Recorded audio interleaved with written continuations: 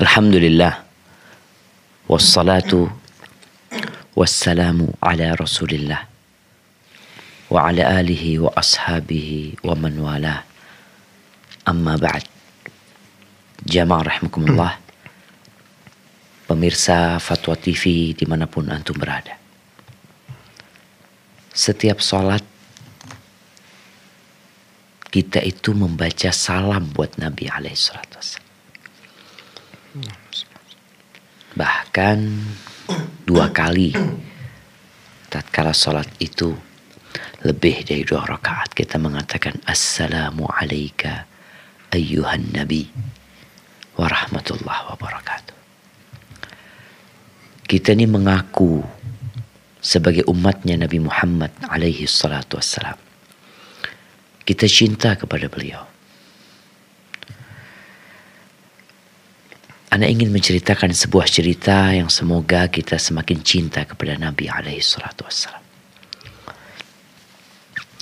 Abu Hurairah radhiyallahu anhu berkata, Ba'atha an-Nabi sallallahu alaihi wasallam khailan qibala Najd. Setelah perang Ahzab, setelah tahun ke-5 Hijriah, Nabi alaihi salatu wassalam mengirim suatu pasukan diutus ke arah Najd. Faja'at birajulin bin Bani Hanifah. Mereka berhasil menawan seorang dari orang-orang kafir. Orang ini dari kabilah Bani Hanifah. Namanya Thumamah bin Athal. Ditangkap nih orang, ditawan, dibawa ke kota Madinah. Di mana diikat orang ini? Diikat di tiang Masjid Nabawi. Tiang masjid pada waktu itu terbuat dari pokok pohon kurma. Diikat di sana.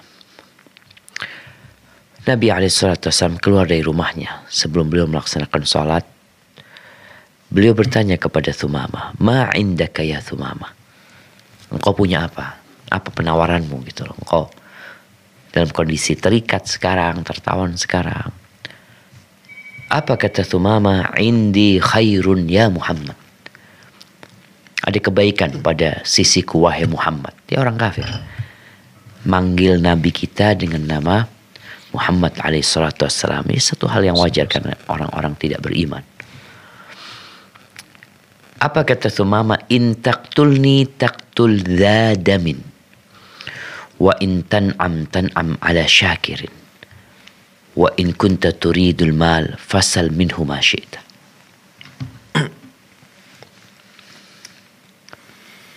Kata Thumamah, kalau engkau membunuhku, maka engkau membunuh orang yang terhormat. Kalau engkau ingin membebaskanku, maka engkau membebaskan orang yang pandai bersyukur. Kalau engkau ingin harta, tinggal kau sebut berapa yang kau inginkan untuk penebusan diriku. Lalu Nabi SAW meninggalkannya.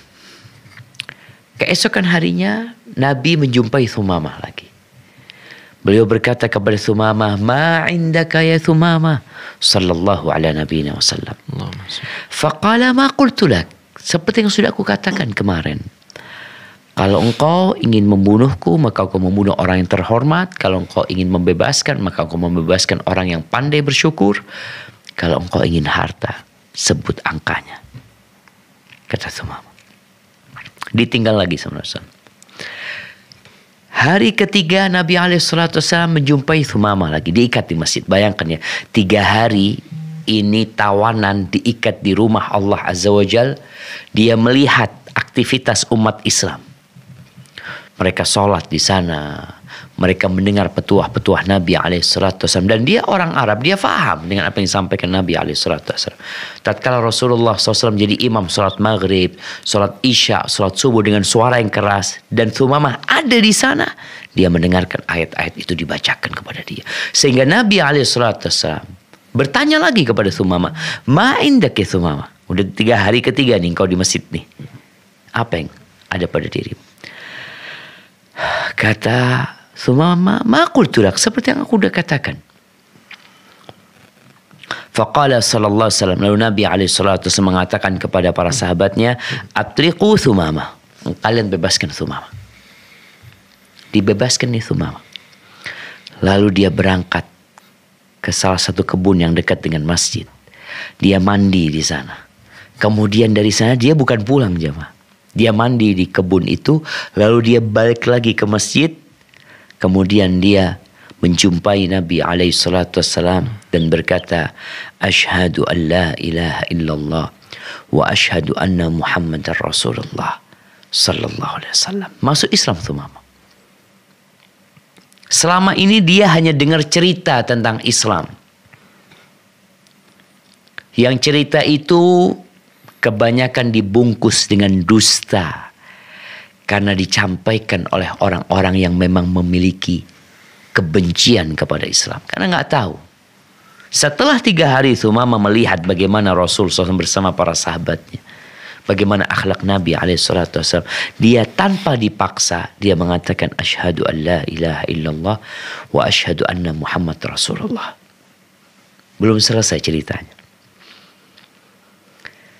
Thumamah mengatakan, ya Muhammad. Masih memanggil ya Muhammad karena dia baru masuk Islam. Dia harus belajar adab dan etika lagi.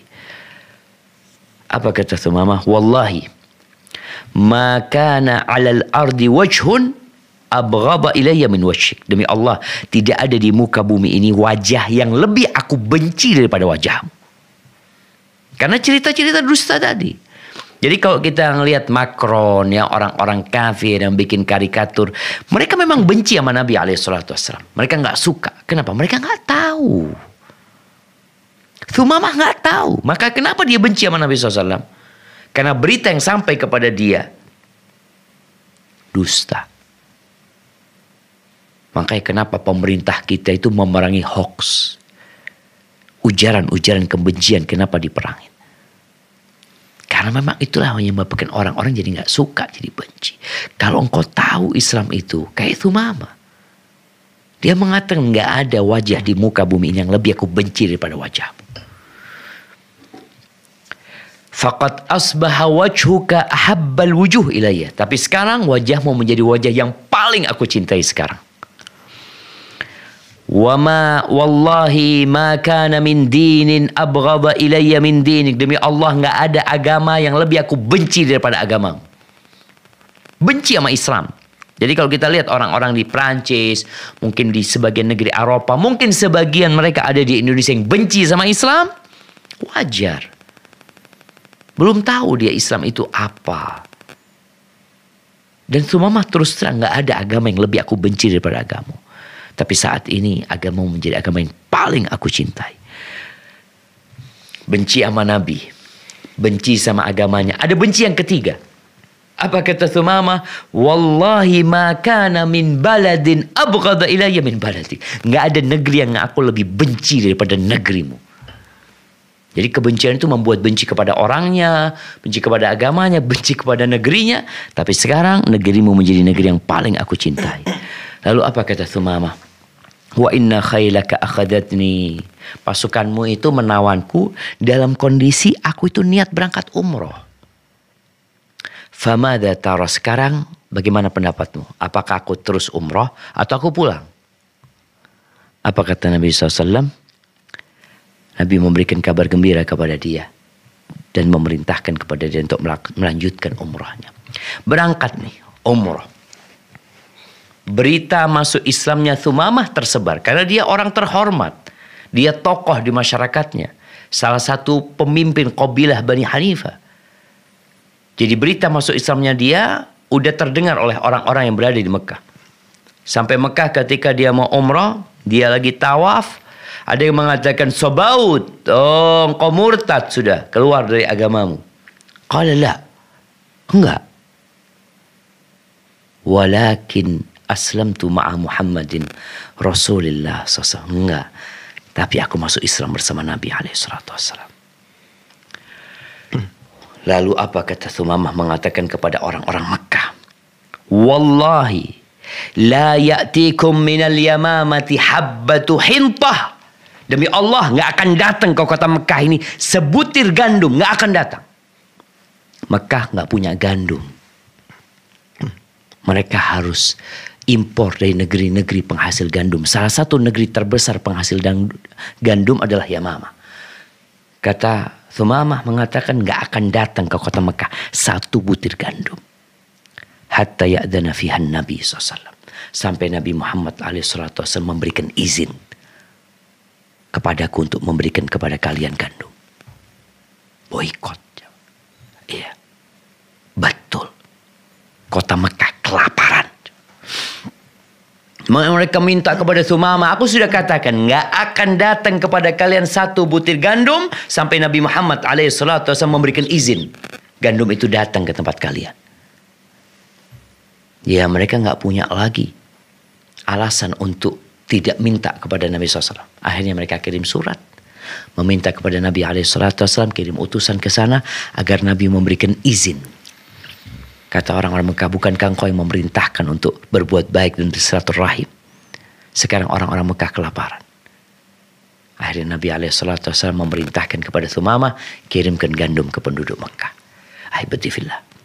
Lihat bagaimana sayangnya Nabi SAW. Sampai kepada orang-orang kafir yang memusuhi Nabi SAW, yang memerangi, bahkan membunuh sebagian sahabatnya, beliau masih berkasih sayang kepada mereka. Beliau bisa membuat penduduk Mekah mati kelaparan. Tapi beliau tidak melakukan itu. Maka semoga kisah Thumamah ini yang diriwayatkan oleh Imam Bukhari membuat kita semakin cinta kepada Rasulullah SAW dan sabar menghadapi orang-orang yang benci tersebut, jemaah. Asallahu ayyaj'ala bainakum wa bainal ladzina 'adaitum minhum mawaddah. Wallahu qadir.